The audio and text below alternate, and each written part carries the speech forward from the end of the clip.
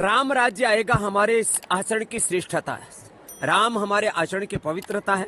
राम हमारे अवतारी सत्ता भी है। राम हमारे उपास्य देव भी हैं। राम के हम वंशधर हैं। हम रामकृष्ण की संतान, ऋषिकाओं की संतान है। तो राम एक आदर्श पिता है, आदर्श पुत्र हैं, आदर्श शासक हैं। वो तपस्वी भी हैं। और जो हम भजन गाते हैं, रघुपति राघव राजा राम पतित पावन सीता राम, हमारे मन के अंदर राम और सीता का विग्रह बस जाए। सिया राम में सब जग जाने, करो प्रणाम जोड़ी जुग पानी। इसी संकल्प के साथ सारे देशवासियों को रामनवमी की शुभकामनाएं कि सब राम के और सीता के साक्षात विग्रह बने, लक्ष्मी नारायण के, भगवान भगवती के, उमा महेश्वर के हम साक्षात विग्रह, प्रतिरूप, उनके मूर्त रूप, उनके उत्तराधिकारी बन करके उन सब के सपनों को हम पूरे करने वाले बने। महापर्व चल रहा है, लोकतंत्र का महापर्व, चुनाव। ये सच है कि हमारा आध्यात्मिक जीवन हमारे सांस्कृतिक सनातन संविधान से चलता है, लेकिन देश के संविधान से चलता है। और संविधान ने हमें सबसे बड़ा अधिकार दिया है वोट करने का। तो जो राष्ट्रवादी सरकार है, जो सनातन धर्म की जड़ों के साथ जुड़ी भी जो लोग हैं, उसकी सरकार इस देश में बननी चाहिए। उसके लिए लोग वोट करें। वोट करने की अपील कुछ करेंगे देशवासियों से, और किस तरह से वोट करें, किसके? मैं सन्यासी होने के नाते वोट अवश्य करता हूं, तो मैं सबसे आह्वान करूंगा कि राष्ट्र हित में वोट जरूर करें। ऐसी सरकार को चुने जो विरासत को, विकास को, संस्कृति को, समृद्धि को एक तरफ हमारे कल्चर को लेकर के साथ में चले, और दूसरी तरफ इस भारत को विश्व की सबसे बड़ी आर्थिक महाशक्ति बनाने के लिए, सामरिक महाशक्ति बनाने के लिए समर्थ हो। ऐसी सरकार चुनेंगे तो सब भारतीयों के सपने पूरे होंगे। साम्राज्य दिवस के 300 वर्ष की पूर्ति के अवसर पर पहली बार व्यासपीठ से छत्रपति शिवाजी महाराज जी की कथा, और वह भी हमारे सनातन धर्म के, राष्ट्र धर्म के सबसे बड़े उद्घोषक, हमारे बहुत बड़े संत महापुरुष गोविंद देवगिरी जी महाराज जी कर रहे हैं।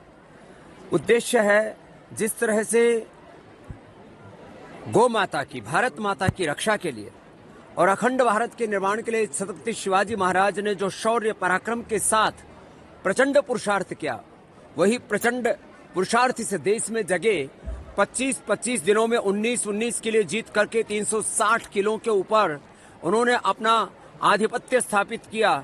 आज व्यक्ति अपने परिवार को खंडित होने से नहीं बचा सकता। उन्होंने अखंड भारत की संकल्पना ही नहीं की, उसकी प्रतिष्ठा हेतु 50 वर्षों तक निरंतर संघर्ष किया और हारे नहीं।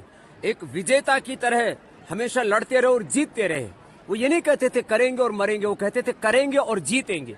ऐसे महापुरुष के शौर्य से ये सनातन धर्मी जगे, और इस देश को शिक्षा की गुलामी से, जो 1835 में मैकाले पाप करके गया, चिकित्सा की गुलामी से, इस देश को आर्थिक गुलामी से, वैचारिक सांस्कृतिक गुलामी, रोगों, भोगों और विलासिता की गुलामी से मुक्ति मिले।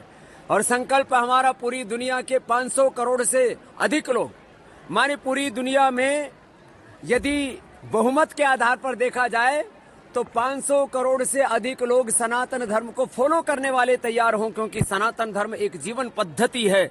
जिस तरह से सारी दुनिया में त्रास है, सारी दुनिया में हिंसा है, क्रूरता है, युद्ध है, मारकाट है, खून खराबा है, इस पूरी दुनिया को राह दिखाने का कोई काम कर सकता है तो भारतवर्ष कर सकता है। इसी संकल्प के साथ हम आगे बढ़े। इस रामनवमी पर हमारा संकल्प है कि इस राष्ट्र में राम राज्य आए और पूरे विश्व में राम राज्य के जो मूल्य, आदर्श और प्रतिमान हैं वो घड़े जाएं। इसके लिए हम अपने संपूर्ण जीवन की आहुतियां अर्पित करेंगे। आज मैं 30 वर्ष का सन्यासी हो गया हूं, और अपने जैसे 250 से अधिक और योगी, योद्धा, वेद भक्त, सनातन धर्म और राष्ट्र धर्म को समान रूप से गौरव देने वाले योद्धा सन्यासी भी तैयार कर दिए। पूरे देश को खड़ा करेंगे।